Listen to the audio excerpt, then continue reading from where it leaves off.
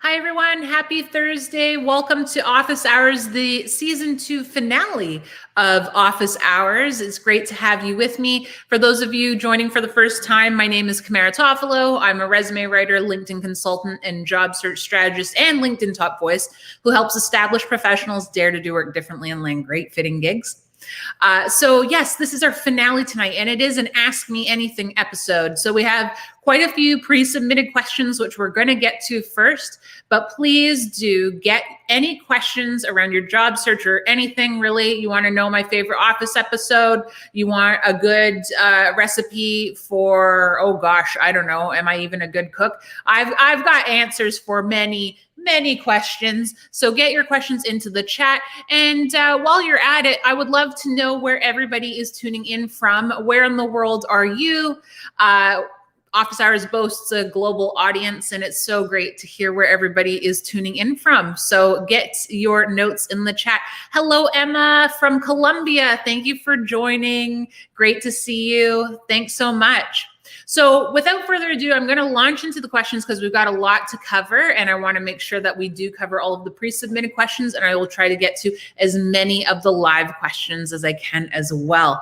So yes, please do get your questions into the chat.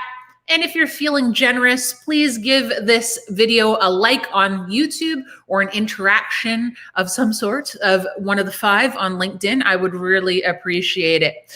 Okay, so I'm going to get to our first question here. And this is coming from someone who went back to school. So I'll just read the question. So I just got a Master of Science in Sports Product Design with the hopes of working for companies like Nike as a designer or senior designer. I'm trying to get some ideas of how I can get my resume, cover letter, and profile to stand out in an extremely competitive market where I will be competing against people already employed or who have experience. Yes, so that is a challenge. So what I think is going to be very key here, and this is particularly key for really any new grads as well, is to really emphasize your real world projects. So where you did projects with an actual company, maybe you had a capstone project where you actually had a client. It may have been pretend, it may have been real, but it is real world. So that's what we want to emphasize, are our real world projects and how they solved real world business problems. Also, if you have time, I would consider or encourage you to consider taking on a self-directed project where you can really showcase your skills that would be required by, say, Nike in a designer level role. And always, especially in a creative type of field, make sure that you're continuously building up your portfolio. On LinkedIn, you have the ability to use the featured section as well if you want to. It's a great built-in portfolio option for you where you can showcase your body of work. So I'd recommend doing that.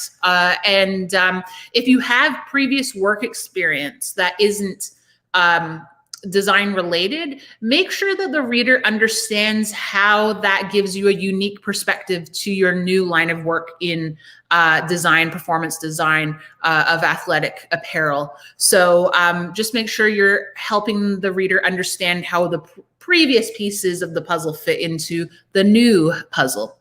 Okay, so I hope that helps. Just popping over to the chat. Wonderful to see everybody. Hello, Evgeny. Thank you so much for joining. Hello, Julie from Milwaukee. Hello, Stephanie from Panama City. Yvonne from San Jose. Hello, LinkedIn user in Mexico. Probel in Malaysia. Wonderful. Thank you so much. Hi, Gordon. Great to see you. Gordon in London, Ontario. Sakura in New York.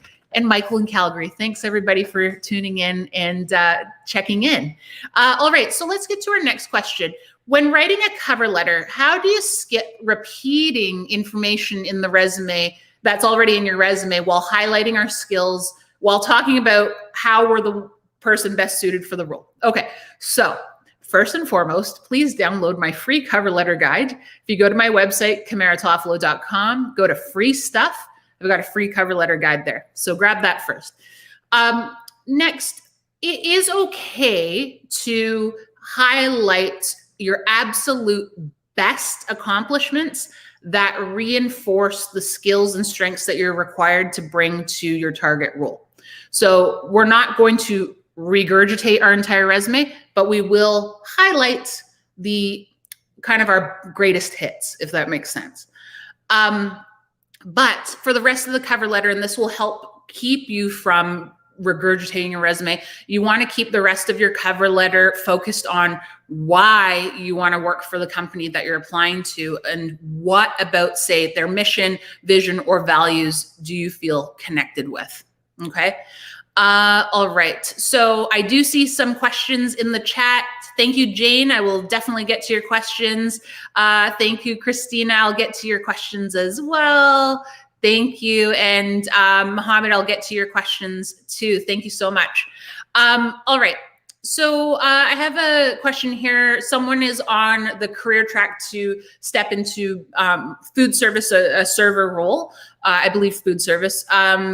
And they're having a difficult time moving from part-time to full-time because they think that the answers to their interview questions are not right. So my question to you, my answer to your question is a question. How do you know that your interview questions or the answers to your interview questions aren't right? Depending on the question, there's not necessarily a right or wrong answer. So I'd be curious to know how you came to the conclusion that your answers aren't right. So what really needs to happen next, so you have a good idea of what needs to be worked on, is you need to get unbiased, impartial feedback on your interviewing skills. And if you have the resources, I would recommend hiring an interview coach. If you don't have the resources for that, I would really tap into the help of a former colleague or a current colleague who you really trust, and get and one who you know engages well in, say, an interview setting, or is very well spoken, and get their insight into what maybe is lacking in terms of your interview skills. I wouldn't automatically jump to the conclusion that you're answering questions wrong. That's we want to make sure we're getting to the bottom of what might be the issue before we just assume that something is totally wrong. We want to know where we can make a difference before we just throw up our hands and think we're doing it poorly. So hope that helps. All right. So let's see. Yesterday I spoke about time in between jobs. So that was referring back to career talks last week. I was recently caught in a reduction in workforce. I am taking LinkedIn prep classes for Microsoft Office, a certification, Microsoft Office expert, and project management certification.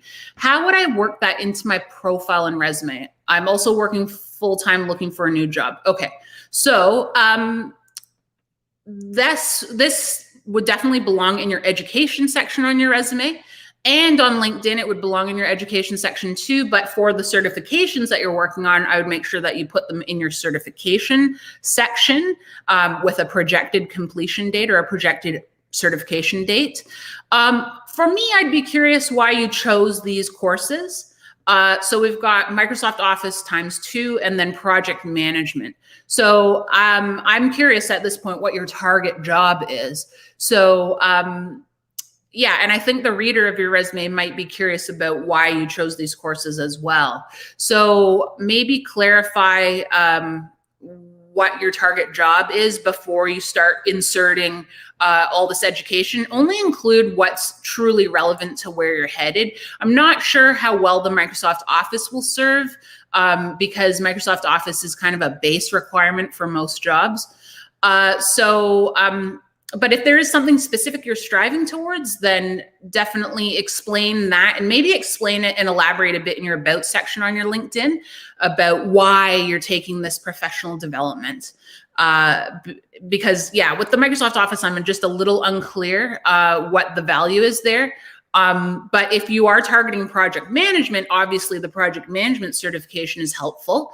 And of the Microsoft Office suite, I think Microsoft Project is within the suite.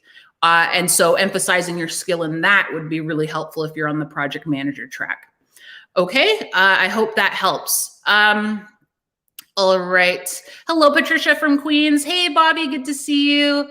Hello, Mahesh. Hi, Simeon, good to see you. Great to see everybody. Fantastic. Hi, Chris. All right. So let's see what's next. So somebody messaged me about wanting to figure out how to get more interaction and conversations going from their posts on LinkedIn. So I think it's really important to get to the heart of why you want to get more interactions on your posts. So are you striving for a number of likes? Are you striving for a number of comments? Are you trying to build relationships? Like, what is the ultimate goal? So being very clear on that. Especially when we're job searching, do likes and comments mean that people are more apt to hire us? No, not at all. So I would just really get clear with why you feel that you need to make up some ground in terms of interaction on your posts. But from my own experience and from what I've observed, the best way to get more interactions on your content, on your posts, is to interact with other people's content. So that's, especially from a commenting perspective, that's really considered a high value interaction as far as LinkedIn is concerned.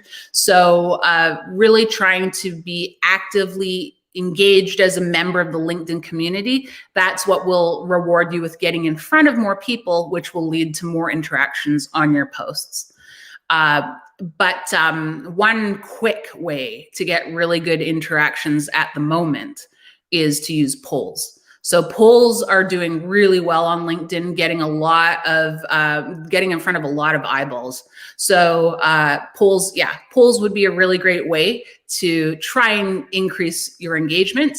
That would be my one recommendation of the one feature that I think really gets a lot of conversation going. All right. So as an entry-level professional, a recent grad student looking for opportunities, should I include an objective or summary on my resume? Okay, so you should absolutely not include an objective statement on your resume. This is something we see on resumes of long days past. It's really an old type of resume feature. And at this point in the game, using an objective statement is considered a bit self-serving. We want our resume to be about, this is how I can help you as an employer, as a business, as an organization, not about what I want to get from my career working for you guys. So you do want to have a summary though at the top, and it's a short paragraph, and it will really, what you really want to speak to there are your unique skills and attributes that you have that you can leverage to create specific solutions for your target employer in your target role. So you got to know what your target role is first. And then you need to really know why the business or the organization is hiring for that role. So what gap do they have in their business, in their organization, where they need you to come in and fill it? So being very clear on that and writing that opening small paragraph with that in mind. Okay, hope that helps. All right. Okay, great. I'm seeing lots of questions in the chat. Thank you, Francis. Oh, you're talking to Mohammed. Okay, great. Patricia, thank you. Excellent. Sandra, yes, Patricia, I'll get to your question. Sandra, I will get to your question as well. Thank you so much. Okay, so I am currently in real estate and I am in the job market for anti-money laundering. And I used to do it a few months or about a year ago. I find it very challenging, and I have a lot of certifications in anti-money laundering. I'm certainly more qualified now than I was before. So the real estate AML thing, I think what's happening is readers are having a very hard time understanding how real estate fits into the equation.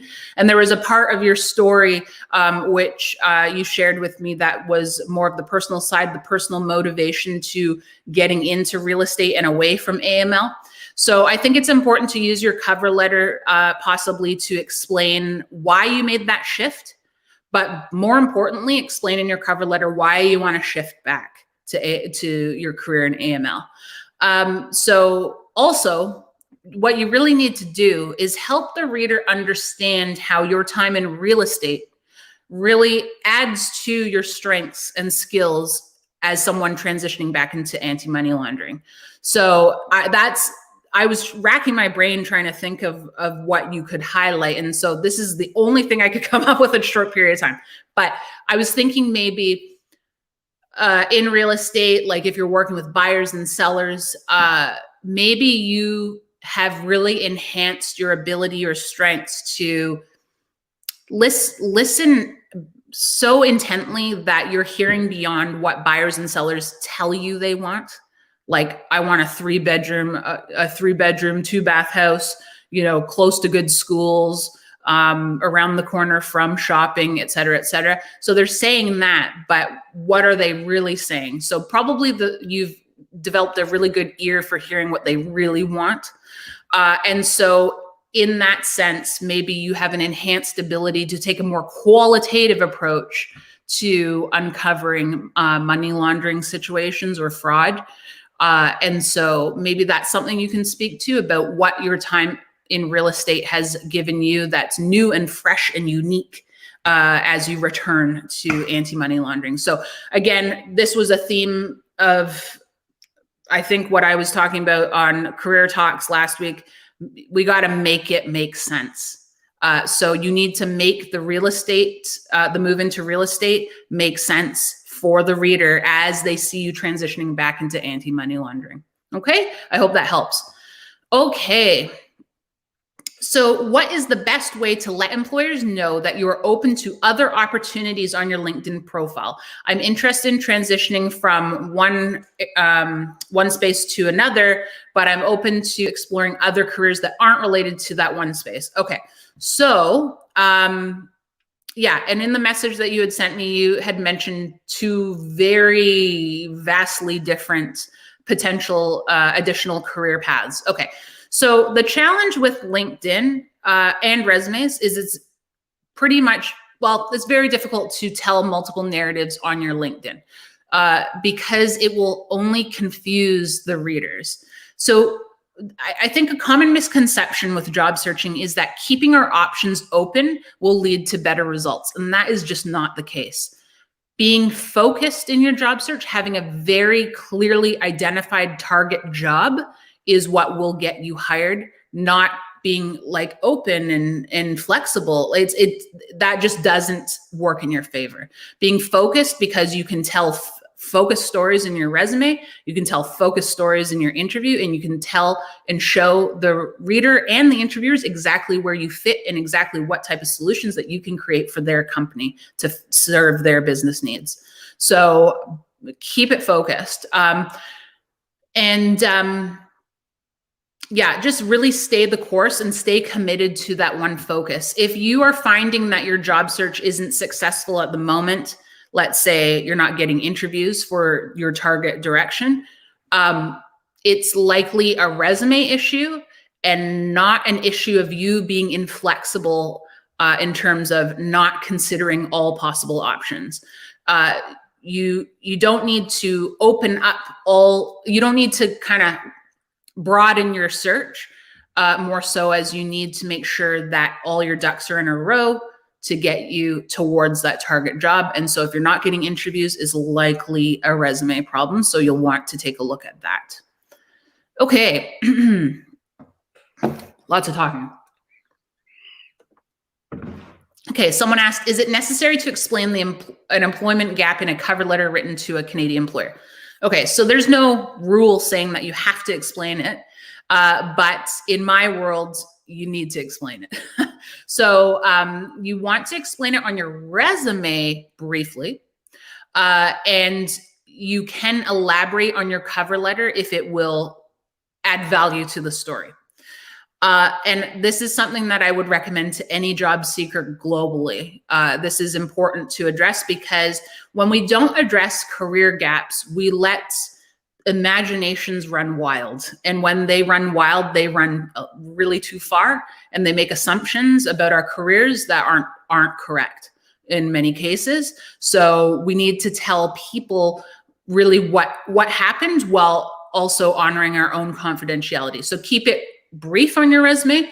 And then if there's something that will add to the story, you can add more on your cover letter as well to clarify. Okay. All right. Thanks for your question, Kayla. I will certainly get to it. And Evgeny, thank you for yours as well. I've got 3 more pre-submitted, and then we'll start at the top of the live submitted ones. Okay, so I'm searching for a part-time position to stay fresh and creative after retirement, having put in my years as a graphic designer. But my resume makes me look too qualified for most postings I'm finding. I'm still proud of my past work and want to include them to show my talents and skills, but getting a bit stuck here. So, yeah, so it is very challenging so trying to take a leap forward is challenging, but trying to convince someone that you're willing to take something more junior to what your career level is equally, if not more difficult as well. So in your case as a graphic designer, I think what is really important is that you need to have a really good handle on your value proposition. So I don't think that you want to market yourself in your resume like an employee. I would market yourself in your resume as a business owner. So I would market yourself as an entrepreneur, as someone who has all this experience in graphic design and knows exactly how to take a business from point A to point B from a design perspective. So I would really start looking at your target employers as clients rather than, or potential clients rather than employers. And if you're looking at part-time work, my question would also be, do you need a job or can you freelance? So that's just something I want to throw out there to you as well. But it's not about now at this point, if you're wanting to keep busy and you feel you have like several good years left where you want to make an impact, you need to really see this not as getting a job, but serving clients. That's the shift that I think is needed so that you are highlighting only the most important stuff from your career. Okay. Otherwise, yeah, you are going to probably scare people off with just the immense amount of work that you've done. Really almost cherry pick what you want to put in front of them based on what business needs they have. I hope that helps. Okay. Someone messaged me about wanting to expand into other countries. So they want to expand their job search into other countries. So how can we look good enough on our resume so that we can work abroad? So first, what I'm going to put out there is you have to be very, very clear on what the legal requirements are to work in your target country. So really starting with that research is very important, and knowing how to get into that country on your own. So don't expect and don't go into a job search expecting that you're going to get a visa sponsorship. I would do some research to figure out how you can apply for your own visa and land there on your own accord, because I haven't seen lately that many employers offering visa sponsorships. So having a good idea of how you can get there on your own is really important. I would really recommend, if you're really, really committed to relocating to another country, is to engage an immigration lawyer, because there's a lot to it that I don't know, that's for sure. So I would really engage with the experts to get a handle on what that takes. And then once you know what country you're targeting, or commit to a country that you're targeting, then once you have that under wrap, or once you have that a handle on that, then you can look at what the requirements are or the standards are in that region for a resume. So that's really important. So I would start there. Okay, and last pre-submitted, and then we're going to the live questions. I'm targeting assistant property management roles. I'm currently the assistant at a small property management business, and it's not compensated. But yeah, okay. So there's no salary. I want to make sure that I want to make sure the work I perform for this position is evident to the hiring folks who received my resume. My question is, do I place the position under work experience and maybe explain this if I am invited to an interview, or do I place it under volunteer experience as I'm not actually compensated for this position? Okay, so there was a detail in that email of how you sort of were compensated in a roundabout way, but I'm not going to get into the compensation aspect of this role, but basically the short answer to this is no, do not put this in volunteer, put this in your work experience. This is definitely work experience. It's not a future employer's business to know how much you're being paid, first of all. So you don't need to get into that. You don't need to discount the work because you have an unusual compensation arrangement. This is real work. And especially because it's aligned with where you want to head, please, please, please make sure that you're doing it justice. So make sure it's in your professional experience or work experience section on your resume, because it is super related to where you want to head. Okay, I hope that helps. All right, guys, let's get into the questions. All right, Jane, you're up. Okay, I'm just gonna make this bigger. Actually, I'm not gonna touch this. I'm on my Mac and I always screw something up, and I'm probably gonna end the live. Okay, so on LinkedIn, you said older style resumes can date you. How do you know if it's an older style? What do modern resumes look like? Can you show us examples, and what is a professional profile on a resume? Okay, so I've already talked about what a professional profile is. It's the professional profile paragraph, small paragraph at the top of your resume. If you don't know what that is, I suspect that your resume is an old format because this has been around for a while. So I would recommend taking a look at my videos on my channel around formatting tips for resumes, because I show what a resume in a modern format, easy, simple, modern structure and format would look like, so you can emulate that. So take a look at that. If your resume heads right into a skills section or right into an education section, like that's the first thing at the top of your resume, or right into experience doesn't bother me so much, but right into education or right into skills, then that's probably an older format of a resume. If you have been iterating on the same resume format since university and you are 20 years in the workforce, even 15, 10 years in the workforce, probably an old style resume. So there's a lot of potential risks that tell me it might be an old style resume. And I suspect, based on your question, that the resume you're using is a bit dated. And how do you show older work experience, especially if it's relevant to the job you're applying to?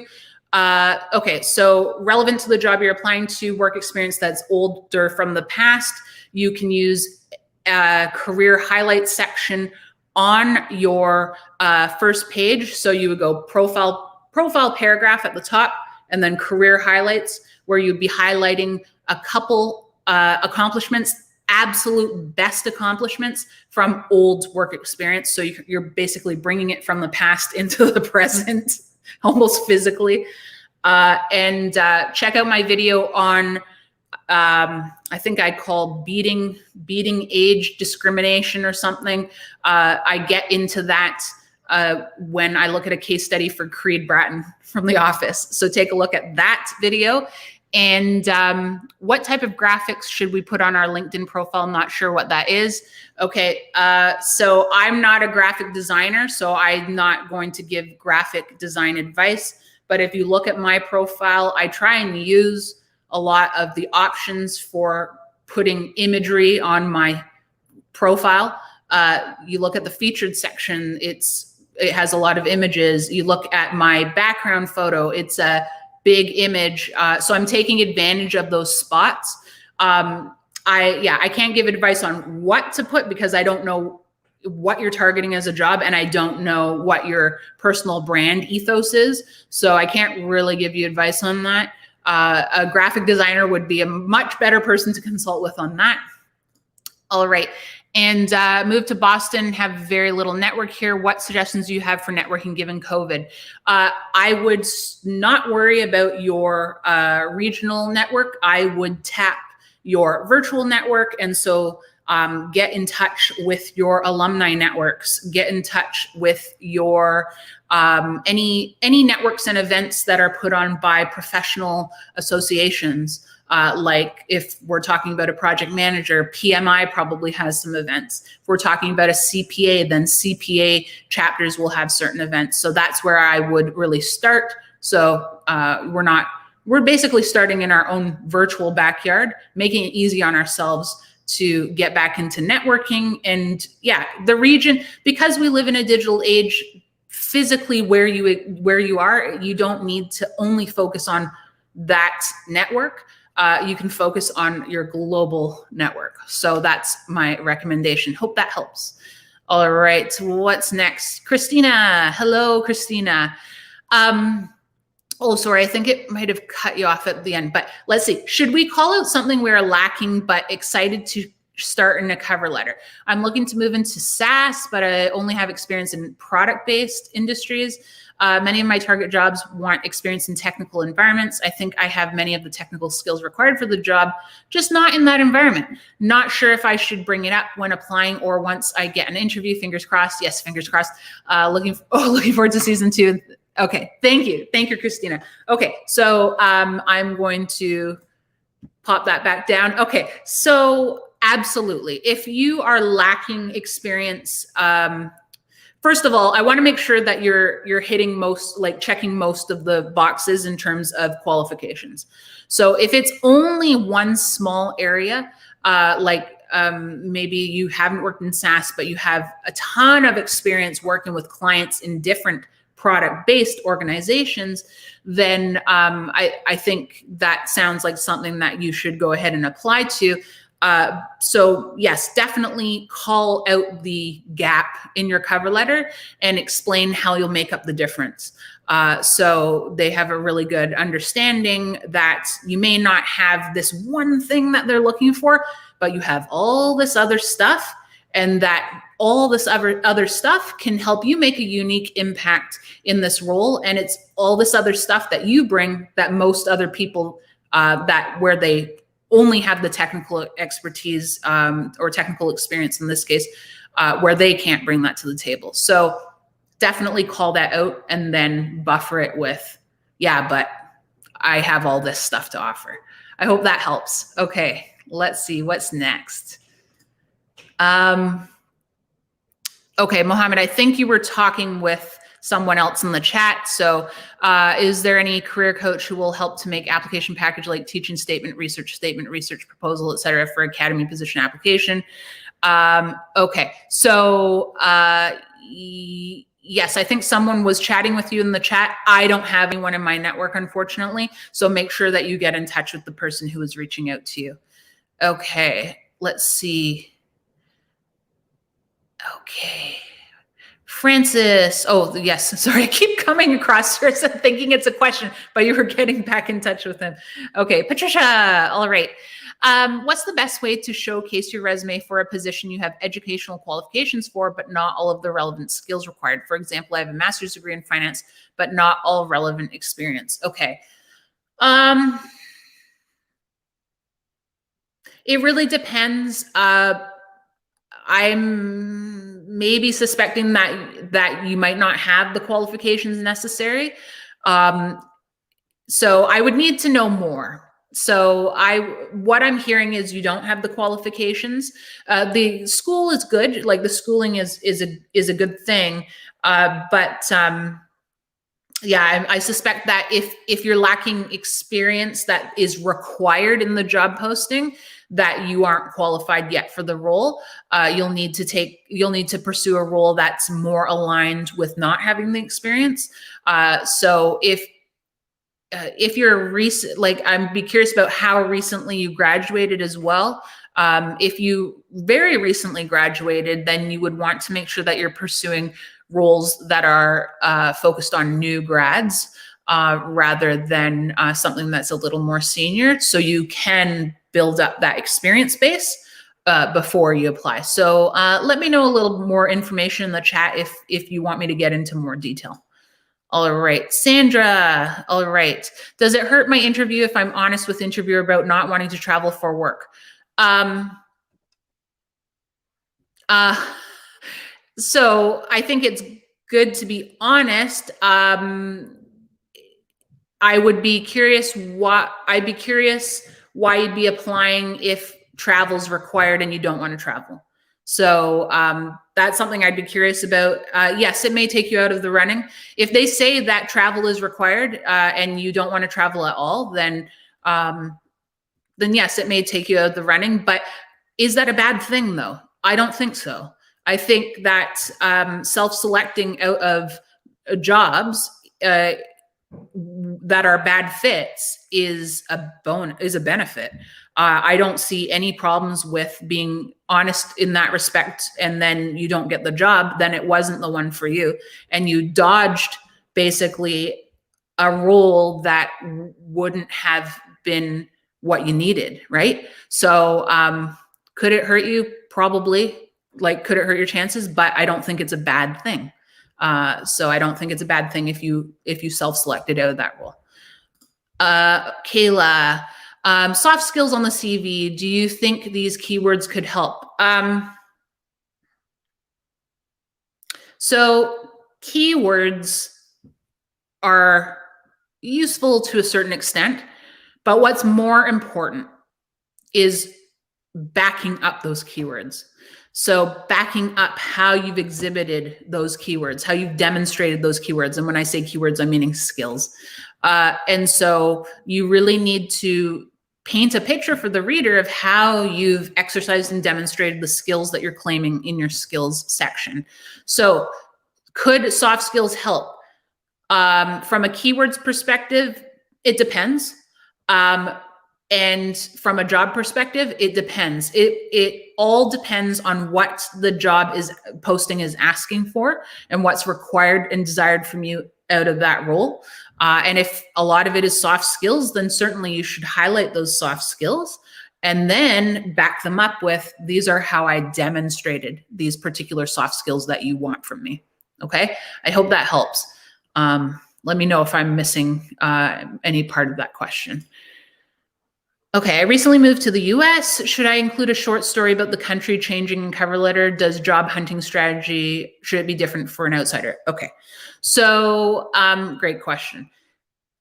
I think that yes, it depends on how long the short story is, but I would maybe position it more so as, this is the experience that I gained in my home country, which I'm really excited to bring in terms of unique insights to a similar role in the US.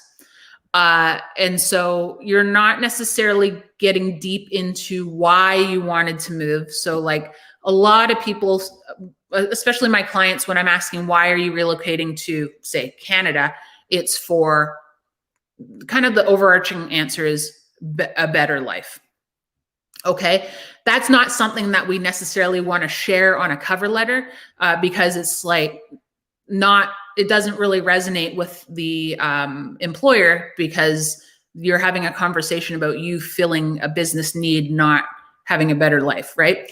So I would more so position it as, these are all the interesting insights and strengths that I have from my home country that I can offer to you in this new role within the US. In terms of job searching strategy and should it be different, I think the difference lies in having a realistic idea of what you're facing as a newcomer. So I think that just really having a good idea of the obstacles or the challenges that might be getting in your way. Other than that, I don't think that you need to have a different strategy per se, but more so have a good awareness of what the local or the US-based market is going to bring in terms of your job search, and that your job search may be longer than, say, someone who's already from the US. So just having a good awareness of that would be really important, I think. I hope that helps. All right, Maria. Oh, that was where you were cut off. Let's see here. Okay, Maria, I see your point here, but I'm not. Oh, there you are. Okay, now I see your first question. Sorry, I scrolled past a few. Okay, there we go. All right, Maria. My current role is strategic procurement manager, not people. All job applications that I have received is for people manager. I don't know how to clarify that. I am not looking to manage people. I moved from Costa Rica to California. I'm still working for a big multinational. My payroll is still in CR. It has been really hard to explain what is your recommendation. It has been really hard to explain the reasons. I would like to make it very simple. I've been working for the same company for 11 years. Okay, I'm going back to your original part of your question here. My current role is strategic procurement manager, not people. All job applications that I have received is for people manager.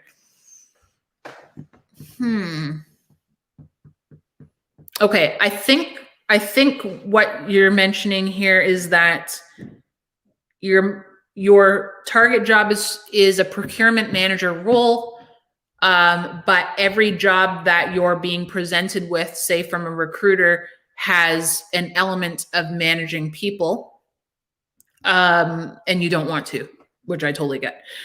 So that's very challenging because the term manager often is synonymous with leading people.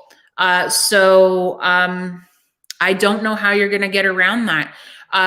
Why is it that you don't want to manage people? I'd be curious to hear a little more. And yeah, I think it'll be tough. You might want to take some creative license with renaming some of your role titles so that it doesn't come across as having an element of people management. That would be my one suggestion. But yeah, that's very challenging because manager often means there's a people aspect.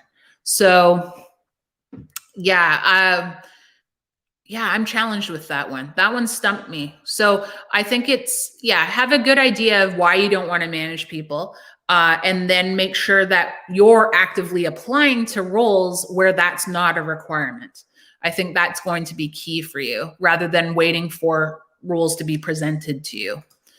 All right, Stephanie.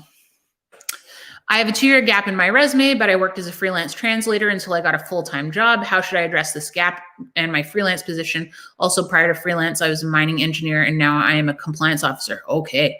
I'm looking to move back to Canada and go back to mining. What's your best suggestion to tie this all above? Okay. So with your freelance translation, I would just make that a couple bullets to fill that time gap where you were translating and looking for your next role. So just mention that in a couple of bullets that you were freelance translating, and that you were you could also mention that you were either maybe at that time you were relocating away from outside of Canada. So if you were spending time relocating away from Canada, you could mention that in a bullet as well, that you were temporarily relocating to wherever you're based now. And so you want to get back into mining. You're a compliance officer now. So from a compliance officer in financial services, if a compliance officer in financial services, I would talk about how would I draw similarities between mining and compliance. Do you want to get back into a mining engineer role, or do you want a different role in mining? So can you just clarify for me in the chat, and we'll get back to your question. Okay, let's see here. Okay, just making sure I'm not missing anything. Professional summary. So professional profile paragraph at the top of your resume. What you want to make sure you're including is talking about the type of professional you are, plus the main solution that you would create for a company, for your target company in your target role. You can also speak to your strengths and skills that they would want from you. You can speak to your leadership style. Basically talk about yourself in that paragraph. In the context of what you can offer to your target employer in your target job. What we want to avoid in that profile paragraph is empty descriptors like self-directed, detail-oriented, self-starter with a passion for results. What the heck does that mean? It doesn't mean anything of substance. So we want to make sure that what we're sharing there is something of substance, like something that the reader can hook onto and be like, yeah, this sounds good. Let me read more. So that's really what we want to do, is open with a very just, this is what I am all about, reader. Let me tell you about my work experience. That's the purpose of the professional profile paragraph. Okay, what are your top tips for the first interview? Okay, please be prepared. I saw a stat recently about people winging interviews. That's scary to me. We don't want to wing interviews at all. So make sure that you've done your homework on the company.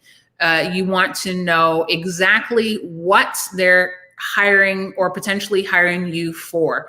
What are their potential pain points in terms of gaps in their own businesses, in their own organizations? What would you be coming in to fix or resolve? So having a really good understanding of that, really good understanding of the company itself and what they stand for and what their visions and values are and how those connect with you. When you are interviewing, when you're in the action, I would recommend that you be very present. So don't work to anticipate what they're going to ask you. We want to answer the questions as they're asked. When we try to anticipate or guess what they're going to ask us, that's when we trip up, because we're like, well, I had this great answer for this question. Why aren't you asking me that?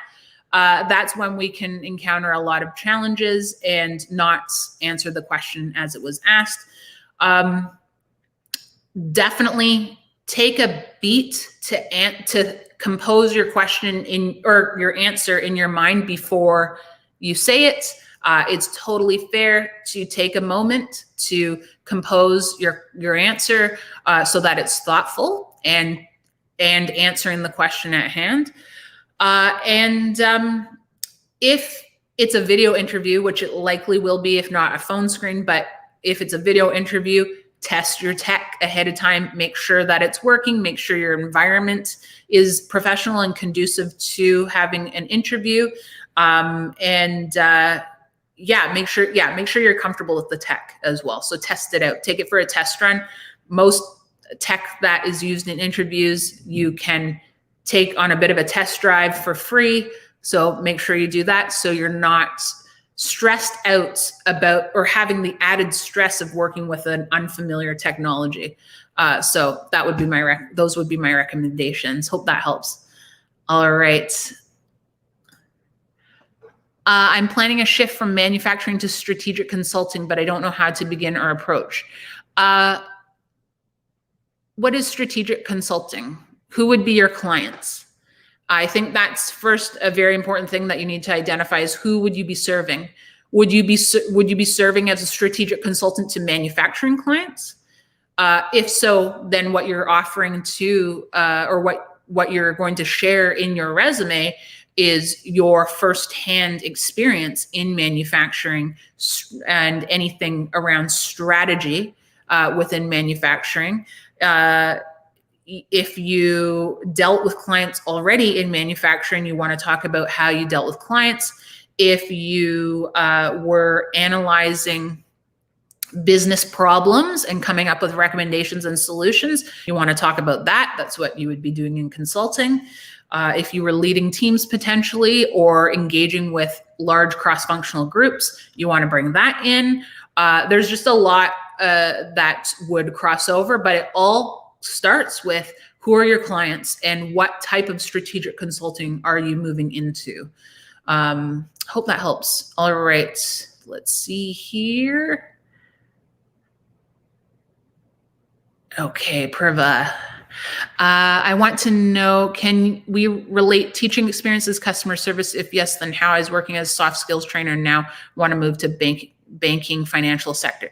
Okay, what do you want to be doing in banking and financial? Is it that you want to go into customer service in banking and finance? I think that's what you're meaning. So soft skills trainer. So as a trainer, the people you're training are your clients. So you want to shift your thinking about how you serve them, how you made sure that they had great learning experiences, how you made sure that they were equipped with the skills that they needed after you taught them, after you trained them, how you followed up with them and followed along in their progress to make sure that they were retaining what you taught them and applying it in a real world setting. Lots of stuff. I can see a lot of connection between teaching and customer service. So your students are your customers. As a teacher, I mean, I don't want to discount what teaching is, but when we're talking in a translatable sense, students are your clients, students are your customers, and so how did you best serve them? That's where I would start.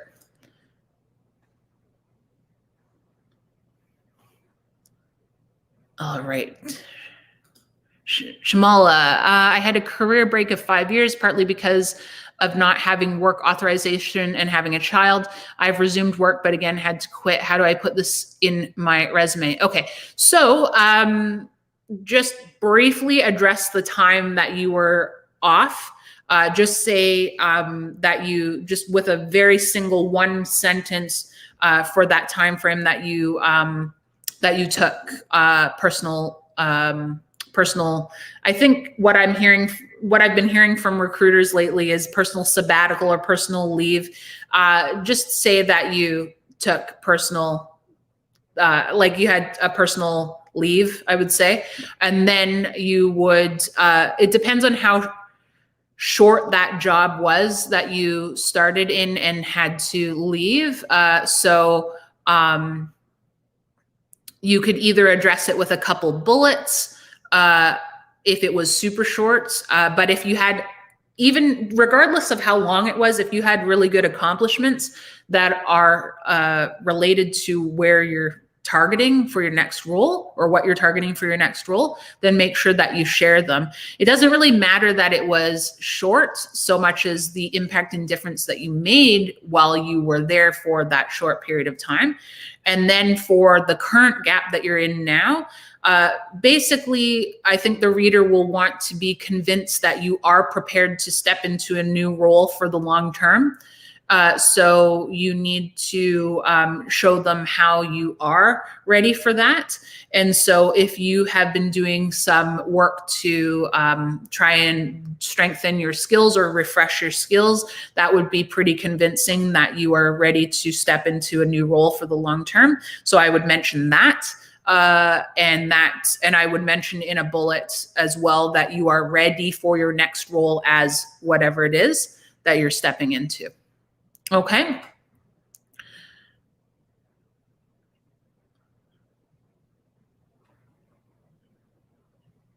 Okay, Maria. All right. So you mentioned as strategic procurement manager, I manage vendor relationship, not people. Should I just keep the role as strategic procurement and remove the word manager? No, I wouldn't do that. I wouldn't just say strategic procurement because that's more a descriptor than an actual title.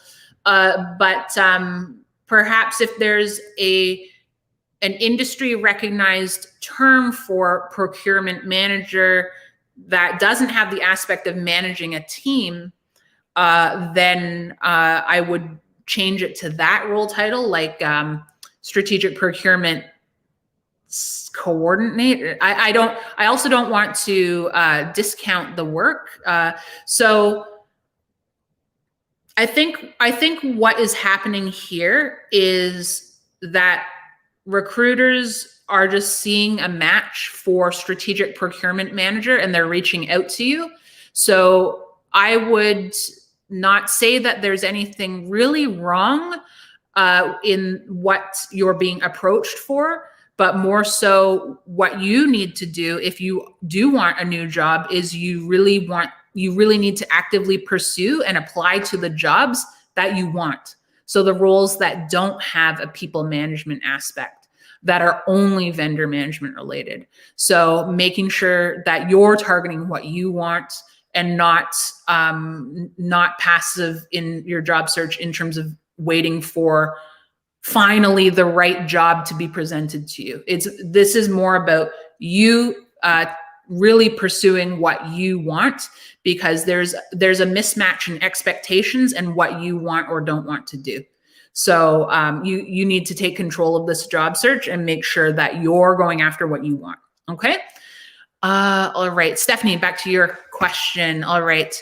You want to go back into the mining industry as an engineer. Compliance had thought of a lot to understand a lot about the market, clients, and risks.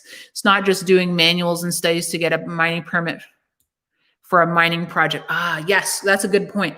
Okay, yeah, there, you did it. You hit the nail on the head. So for sure, I would definitely see you comparing and contrasting the risk mitigation of compliance with the risk mitigation of mining engineering projects. Absolutely. For the market, certainly, like if your work as a compliance manager gave you great insights into particular markets, absolutely, you can certainly mention that as well. Clients, so I guess with the clients aspect, it really depends on who your clients would be as a mining engineer.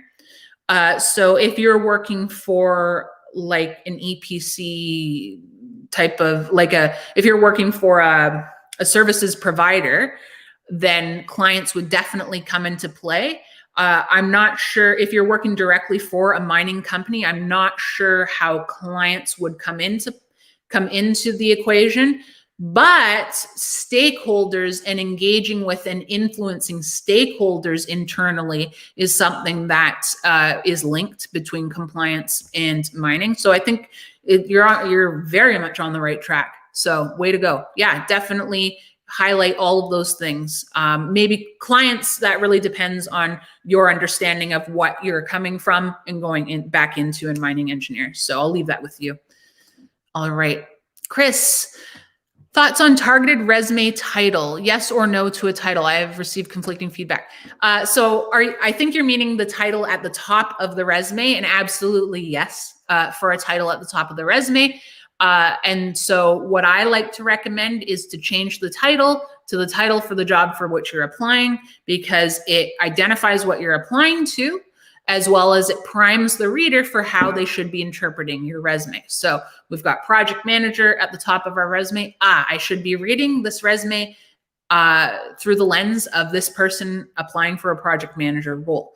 So yeah, definitely we want a title at the top. It certainly helps, and it really sets the stage for a good read of our resume. All right, let's see here. Prabal. I have 15 years of experience in design, production, and sales of electrical switchgears. Oh, right. Okay. I hope to shift into strategic consulting for a company like Accenture or McKinsey and work on consulting projects, advising organizations on improving their manufacturing efficiency or product management or market strategy. Okay. So exactly like what we were discussing, it's really important for you to bring out your own hands-on, firsthand experience in manufacturing and the insights and learning that you can bring from that and offer to your clients. So yeah, I don't, because you're going from manufacturing into consulting for manufacturing, I don't think that there's actually anything that you really need to stress out about, because I think it's pretty for me, it's pretty straightforward. If there's something specific that you're worried about, let me know. But for me, I see this as a pretty straightforward approach to your resume. So just talking about your actual experience in manufacturing and accomplishments in manufacturing is important. All right. Okay. Samreed, I have been looking for a job in the data analyst field for the past 4 months, but not having any luck. I'm a recent undergrad and have only 1 year of experience in the field. What do you think I should do to get more interviews or calls to get a job? Okay, so without seeing your resume, I do suspect that this is a resume problem. And so basically, you need to make sure that you are linking your understanding of data analytics with business solutions and insights. So giving really specific examples of how you've looked at data, how you've distilled data, how you've translated data, and delivered that into a form that the business can use and what they used it for. We want to be really, really specific so that the reader can understand that you get how data works in business and what data enables in business. So make sure that your resume showcases that. I suspect that maybe there's not enough of that. Okay, I hope that helps. All right. Would having a functional resume be better in my case? So I think you had, if I recall, let me just go back to your original question. No. So I just wanted to make sure I understood your original question. Functional resumes are never the answer, in my opinion. They are hard to read. They are unenjoyable to read. They often de-emphasize actual work, actual accomplishments. And they're just, I don't ever recommend a functional resume. I have a video that compares and contrasts why chronological resumes are better than functional resumes, and always recommended, in my opinion, to go chronological rather than functional. So no, a functional resume won't help. What you need to look at are my videos on addressing career gaps. So I have a lot of videos on that. So have a look at those. Just make sure that for the most recent role that you had, however short it might have been, that you are making sure that you draw out and highlight the accomplishments as they relate to your target job. Okay. All right. Let's see here. Would you advise how one prepares for first phone call screening for a job to be successful? What are the key things to focus on? So we were talking about one of the interview questions above. So basically, just to recap, you really want to have a very strong understanding of the business need that you're fulfilling in the job for which you're interviewing. That is what you need to know at a minimum. And as well, I would say that you have a good idea of how, or a good idea of the pain points or potential pain points that your future potential employer might be experiencing, and how you can fill those, fix them, resolve them.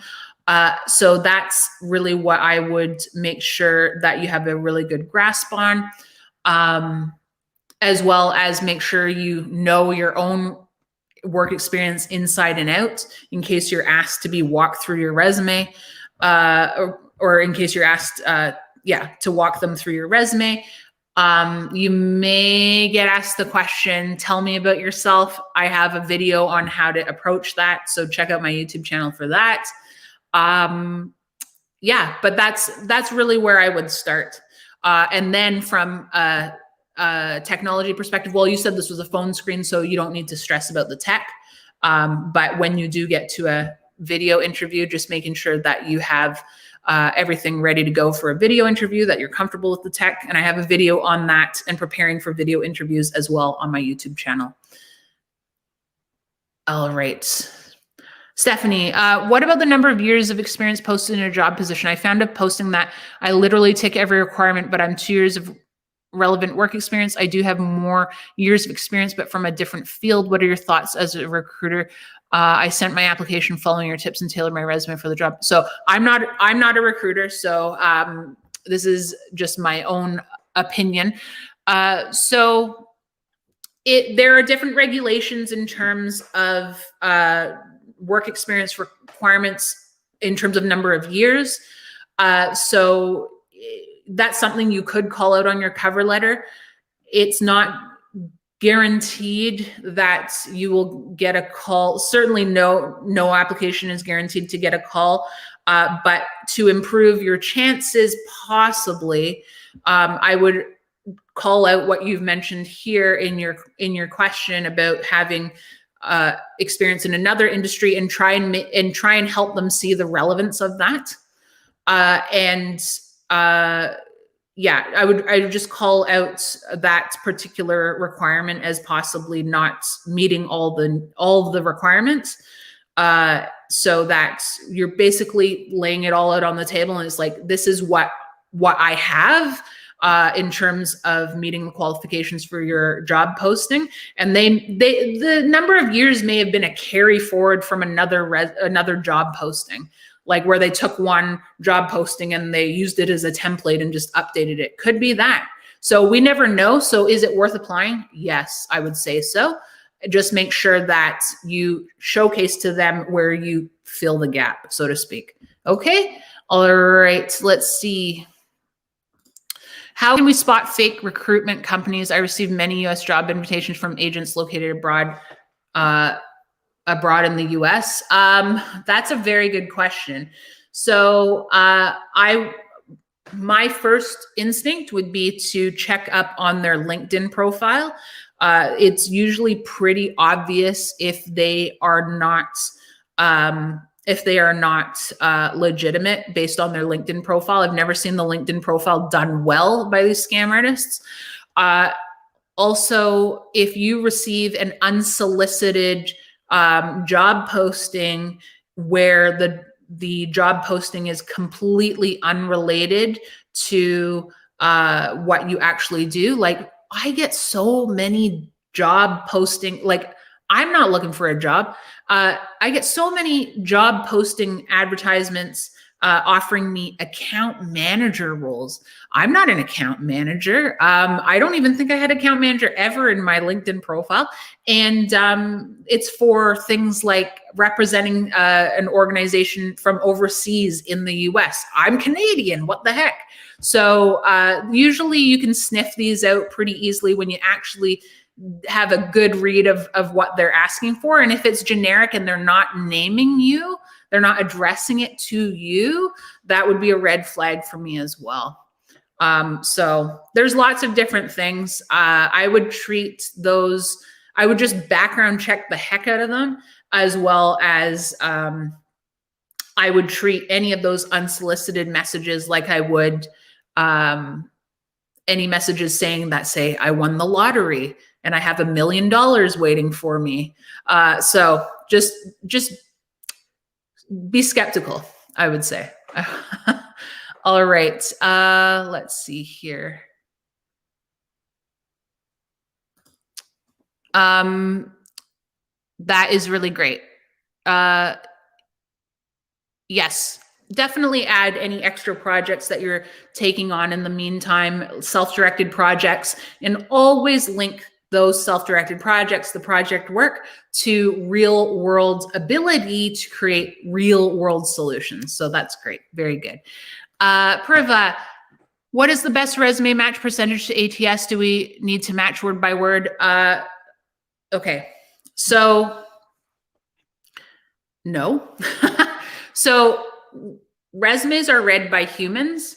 The ATS does not have as much power as certain people would lead you to believe. So if you walk away with nothing else from tonight, what I want you to walk away with is just the understanding that your resume needs to be written for the human reader. The ATS is not something you need to be worried about. The ATS is simply software that is used to create a file for you. It's not making an assessment about your qualifications. It's not it's not rejecting you unless you can't do something like legally work in the region. It's not it's not passing you through to an interview pool. It's not making the decision to interview you or not. It's the ATS is not powerful. It's really, really not. So you want to make sure that you are tailoring your resume towards the human reader.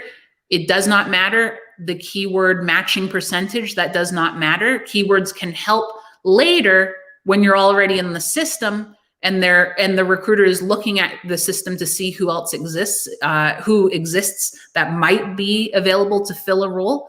But what's most important all the time is telling the reader how you have already solved their business needs or how you have the ability to solve their business needs.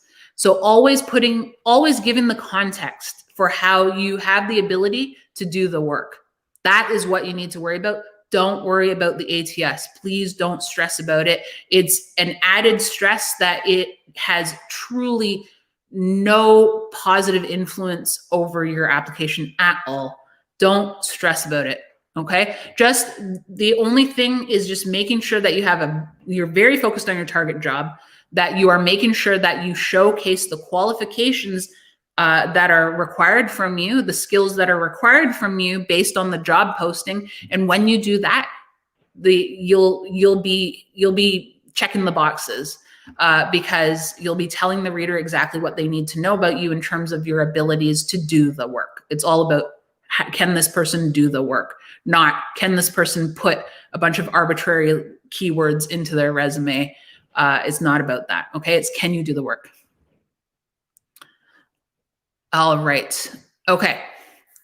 All right. So any final questions before I sign off?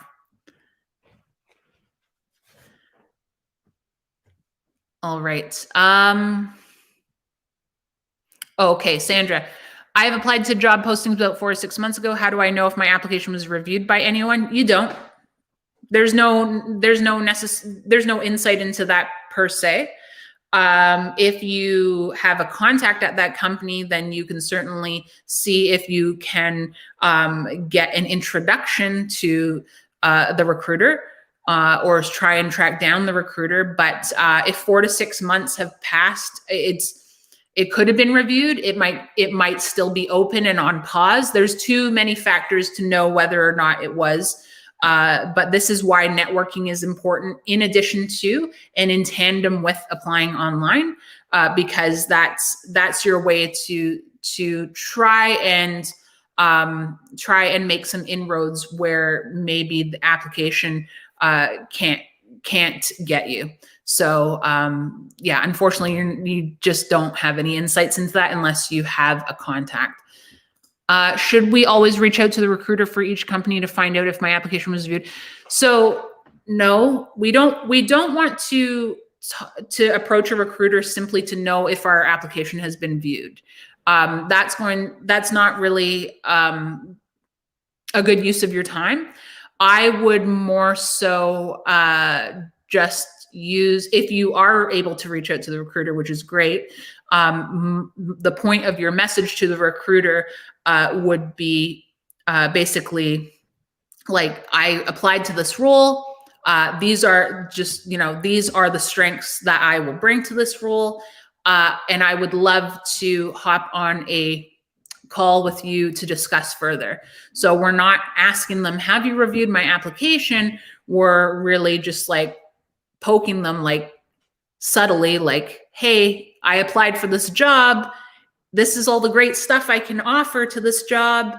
And can we have a call? That's what we want to use that message to the recruiter for. Okay. Julie, is there a resume bullet format that works best to convey context? Yes, the rack approach. So results, action, context. So we lead with the result that we created in our role. We lead with the result of an accomplishment that we're highlighting. And then we follow it up with how we got to that result. So the rack approach. This is something that I talked a lot about during the career talk last week. So yeah, rack: result, action, context. And often the action and the context are covered off in the same context. So for example, the example that I used in that talk was increase sales 25%. So we've got our result. And then our action and our context would be something like by revitalizing relationships with existing clients, or something like, let's talk about an operational accomplishment. So increased efficiency of file management system or document management system by 30%, and then following it up with the action by fully digitizing all documents and moving them onto the cloud. So that's action and context. So leading with the result, ending it with how you got the result is really a powerful formula for writing a bullet. Hope that helps. Okay.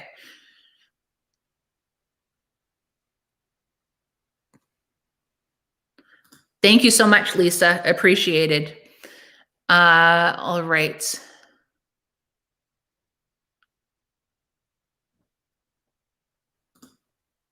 If the accomplishment is not a metric, then you would want to just lead with the outcome. So let's say,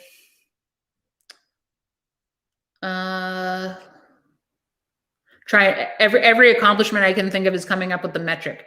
But let's say it was employee engagement, which you can, in a situation where it's immeasurable or you can't measure it or you don't have access to the measurement. So you could say that you increased employee engagement by introducing a variety of team building activities.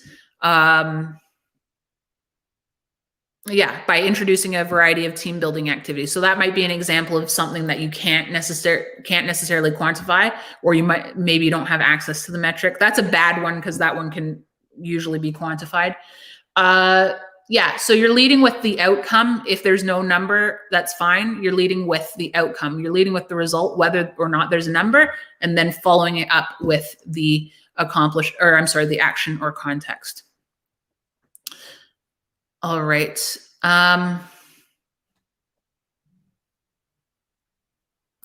Yes, you can review this after I sign off of live. The recorded version of this is best served up on YouTube. So I would recommend going over to YouTube to watch it.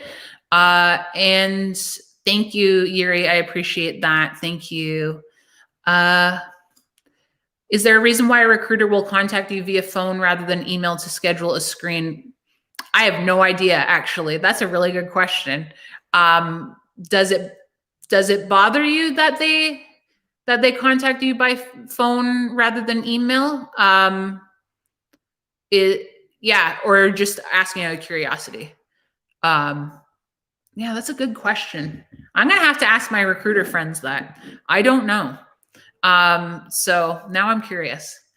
All right, Yuri, I was made redundant at the beginning of last year and decided to take a sabbatical year last year. I ended up taking a lot of courses and improving my resume. How do you put that on the resume? Well, we're not going to put that we improved the resume on our resume, but what you will do is say you're going to use a couple bullets for that time frame. So took a planned sabbatical, so it doesn't look like you just decided to casually take a sabbatical. So took a planned temporary sabbatical. We can even make it better with the temporary part. And then you'll add another bullet where it says engaged in or completed professional development courses in, and then name a few that are relevant to your direction. And then you can put one more bullet that says you're ready for your next role in whatever it is that you're targeting. All right. Purva, can I apply for the same organization but at a different location even if I don't hear back from the first location? You can. I want to direct you to Amy Miller's YouTube channel where she talks about the cooling off period. I just want you to be aware of it. And she also recommends how to get some insight into whether or not a company has a cooling off period. And in terms of applying to different locations, you'll want to make sure that on your resume, you indicate that you are open to relocation so that they know that you're not just applying to anything and everything and seeing what sticks, that you are actually open to and considering multiple locations. Okay. All right. I think we answered that. All right. Okay, and Stephanie, I'm going to point you to YouTube. There is a video, I think it's called Life After Layoff or something is the channel name. And there's a video exactly on that topic. So I would point you over to there. Okay, all right, guys. So thank you so much for joining me tonight. It's been a great season 2 of Office Hours. This is our 20th episode, and you brought a lot of great questions, some head scratchers for me, and yeah, a couple that stumped me for sure. So thank you so much. All the best to you in your job search, and take good care of yourselves. Okay. Thanks, everybody. All the best.